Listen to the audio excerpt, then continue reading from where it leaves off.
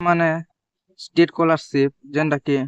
post matric ହଉ କି ଶହୀଦ ମେଧା ସିଂର ସ୍କଲାରସିପ୍ଟା ଅନଲାଇନ୍ ଆପ୍ଲାଏ କରିଥିଲେ ବୋଲେ ଷ୍ଟାଟସ୍ଟା କେନ୍ତା କରି ଚେକ୍ କରିପାରବ ସେ ବିଷୟରେ ଆମେ ଷ୍ଟାଟସ୍ରେ କାଣା ରିଜେକ୍ଟ ଅଛେ କି ଆପ୍ରୁଭ୍ ହେଲା ନା କି କାଣା ଅଛି ସେଟା କେନ୍ତା କରି ଚେକ୍ କରିପାରବ ସେ ବିଷୟରେ ଜାମା ଇ ଭିଡ଼ିଓ ମାଧ୍ୟମରେ ସେଥିଲାଗି ଆମର ଚ୍ୟାନେଲ୍କେ ନୂଆ ଆଇଛନ୍ ବୋଲେ ସବସ୍କ୍ରାଇବ୍ କରୁନ୍ ଭିଡ଼ିଓକେ ଲାଇକ୍ ସେୟାର କରବାଟା ନେଇ ଭୁଲବ ପହଲା ତ ଦେଖିଦେମା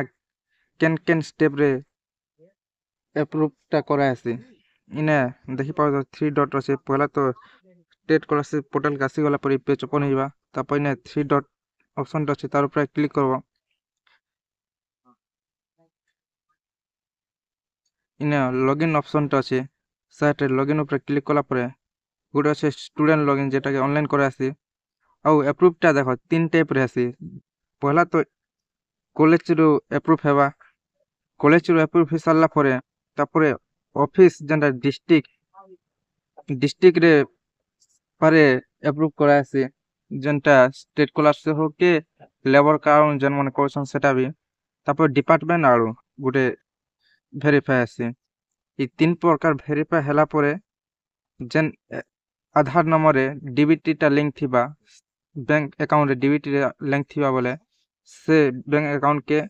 ପଇସାଟା ଯିବା ତିନିଟା ଜାଗାରୁ ଭେରିଫାଏ ହେଲା ପରେ ପଇସାଟା ମିଲ୍ସି ସେଟା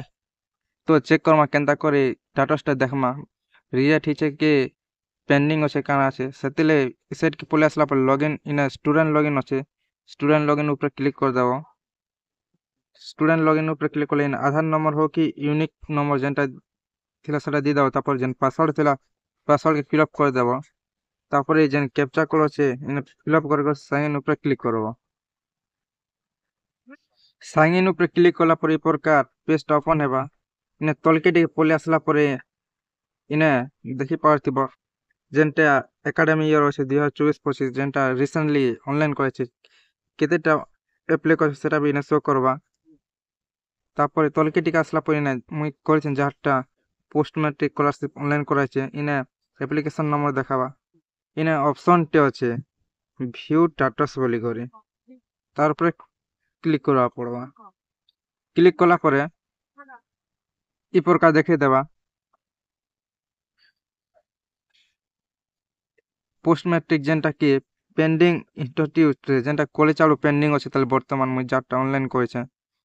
কলেজ আড়ু অ্যাপ্রুভ কলা পরে সেটা ডিস্ট্রিক্টরে অ্যাপ্রুভ হেবা ডিস্ট্রিক্টরে সারলা পরে সেটা ডিপার্টমেন্ট আড়ু সেটা অ্যাপ্রুভ হেবা ডিপার্টমেন্ট আড়ু অ্যাপ্রুভ ହେଲା ପରେ পয়সাটা ডিবিটি আকারে যেনটা কি আধার হিসাবে পয়সার পেমেন্ট করবে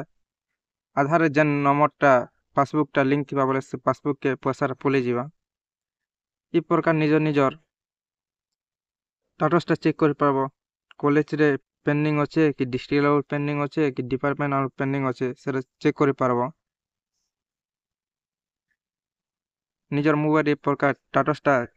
চেক করে পকাবো ভিডিওকে লাইক শেয়ার করবাটা নি ভুলবো আর আমার চ্যানেলকে সবস্ক্রাইব করবাটা নি ভুলবো